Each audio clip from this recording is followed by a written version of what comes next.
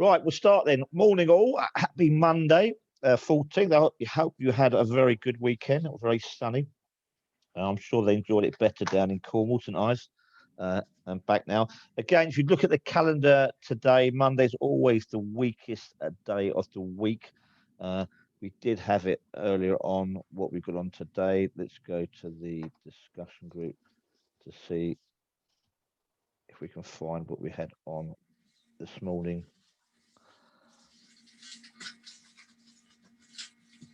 And again, as such, we have it here really on the what are we got at today? That's the other day, isn't it? No, it was cancelled. I'll do it this way. I'll go through it anyway. 7:30, we have the EQ Economic Survey. They're out in the EU, France, Germany, and the UK. With Bloomberg at 9:30. That may move the market, but I doubt it very much. 9 o'clock. Obviously, we have the COS coming on, which is I'll go through in a minute. Is quite important. 10 o'clock, we've got the Euro industrial production, looking at improvement of up to zero point 0.4. Last month was 0.1. 4 o'clock, we got Mr. Bailey talking, which may be interesting. We're going to again to what Johnson and Mr. Sunak may announce later in the day. And also at 2 o'clock, Mr. Schneibel or the ECB is talking, and that's interesting as well. One of the two things that come out this morning, we go straight away. Christian Lagarde's come out and said it is far too early to debate the end of PEPP. We did admit last week during her ECB conference that she might discuss it. She did say afterwards that only 3 out of the 25 people did discuss it. However, since then, Holtzman, the new man from the ECB, has said the PEP will end in March 2022 as long as there is not a COVID-3 attack. So, therefore, that comes quite interesting. And that will follow on to Boris Johnson today, who is going to come out and confirm the delay again of 4 weeks more of unlockdown, or whatever you want to call it, due to the Delta uh, variant. We've also had the other Mr.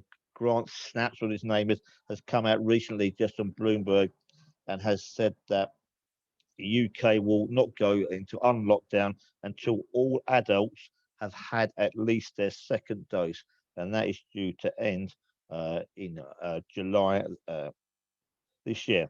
So bear that in mind coming to market. If we look at the market overall, FTSE small up, DAX is small up as well, and nothing else is quickly moving.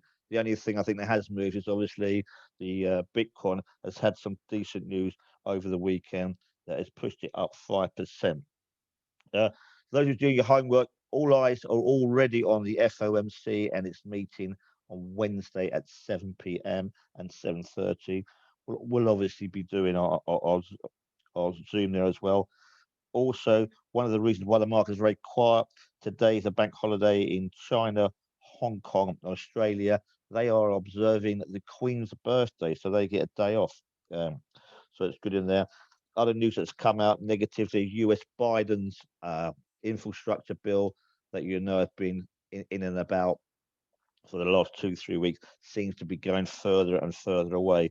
And again, with Mr. Biden, he is due to meet Mr. Putin on Wednesday in Geneva, which obviously is a fairly interesting because also we'll have Mr. Powell, the FMC, talking slightly later in the evening as well. The German election looks good for Angela Merkel's Christian Democrat Party.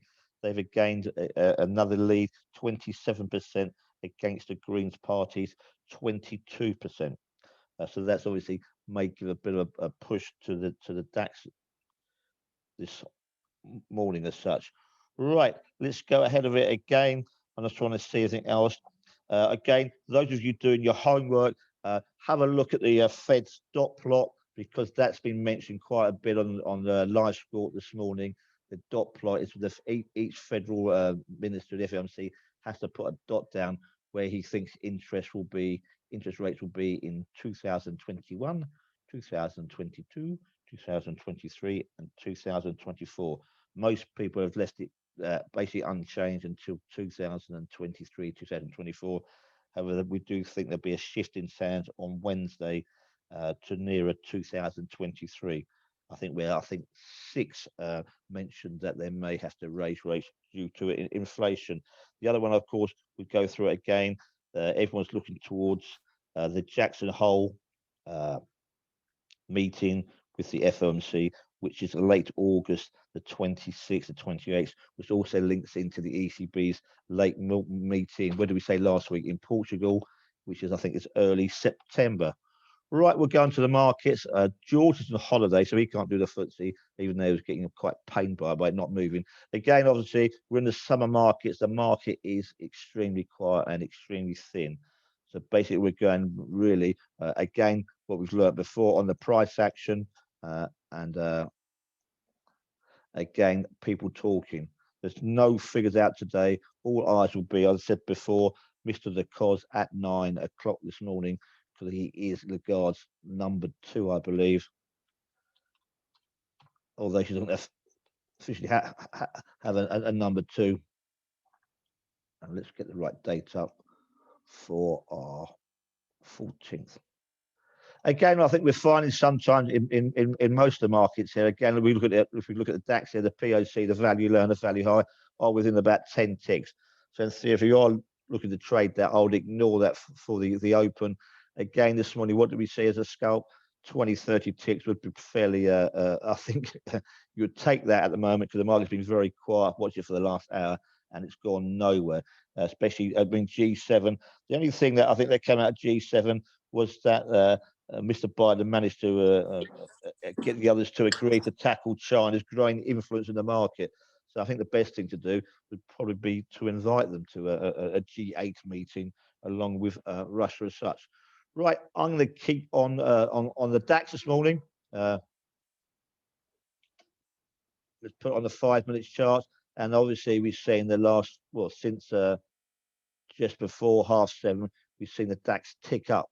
We see if we've got anything else on the new highs here. Let's put it on a slightly longer chart to see if we can see anything. Well, again, here, if we look at the DAX, we could probably going to be looking at some stops here at 8 o'clock, round and about here at 157, 15732. We see 3 or 4 distances here. So therefore, I think we can see some of the balls on the opening trying to take it through this level here. Whether it sustains it or not, I'm not sure. However, we do expect there to be stops above here as we're speaking now, as we come into 8 o'clock. Why? The market is extremely quiet, and you should know by now from trading, never sell a new high, always buy a new high, because people, day trades and other trades, will be looking for stops. They'll be looking for stops up here at 157, yeah, going on, because we don't really have much above it. If we look all the way around, you know, these are blue skies, new highs. So bear that in mind when you're trading the DAX. People will be stop punting today because there is no news out. Yeah, when there's no news out, there's no market makers here really to put a lid on things. And I think Lagarde's comment, far too early to debate the end of PEPP, does actually add a few pips to the DAX, as we mentioned a couple of minutes ago. Right, let's have another look at here to see where we're going on here. And we can obviously see the DAX pushing up here as we're looking for new stops. This is a typical, if you break new highs of 115.31, this is a stop hunt. And we'll keep carrying on with the stopman as we go high. As I said before, how much value is in it? The reason why the DAX is rallying here is basically we're trading at new highs, and new highs on a Monday will obviously attract new punters in to buy a new high. Again, that's the dangerous when you sell a new high. Yeah, why? Yeah, is it because you're not brave enough to buy a new high? So chop in here as we come into the opening. So a quick look at the FTSE. I don't expect that to do anything. Again, there's a slight spike up just before, again, at the same time as the DAX. We do expect that DAX to fly, as we said earlier on. Here we are, broken 31. In theory, you should ask yourself, if you are bearish, why should you be bearish? Price action here tells you we should be long of the DAX as it breaks new highs. Those of you who do one-to-ones, we'll catch you later. We're trying to get everyone onto this Educate the Trade platform. It's taken a while for us to learn how to use it on the charts and everything else. We'll be putting a video out there and to use to blog things as well. So we're trying to get away from our old discussion group and use the discussion group in the Educate the Trade. So a quick look at it here. Not on the blog, on the I think it's on the Telegram. We have the Telegram within the system here, to load it in.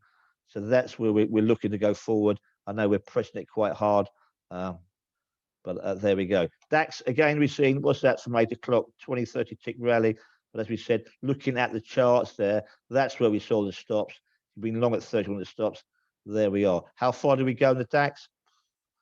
Well, new highs, I don't know. It's very hard to predict when you make new highs. How far do we go? But as we said before, there's no real bad news on the table at the moment, and therefore the longs will keep pushing that higher and try to squeeze out the shorts. Those of you who went short on the opening, I don't know what kind of acid you were on, but that's probably one of your board trades. And again, quickly going into boredom, one of the worst things last week for those of you who sent out your trading journals was the fact that you had loads of you had a lot of boredom trades in there, and you even wrote down in your notes that there were boredom trades. That's what we've got to try and cut out this week. Just be consistent. It may mean that you said cherry pick your trades again. The cherry pick trades I was there was to know that the stocks were above 157.31. Right, again, good start, good price action in the DAX there on a Monday morning, and hopefully that got you onto a positive start for the day. Okay, have a good day, and the rest of you will catch you later. Thank you. Thanks, Neil. Cheers. Cheers, Neil. Thanks, Neil.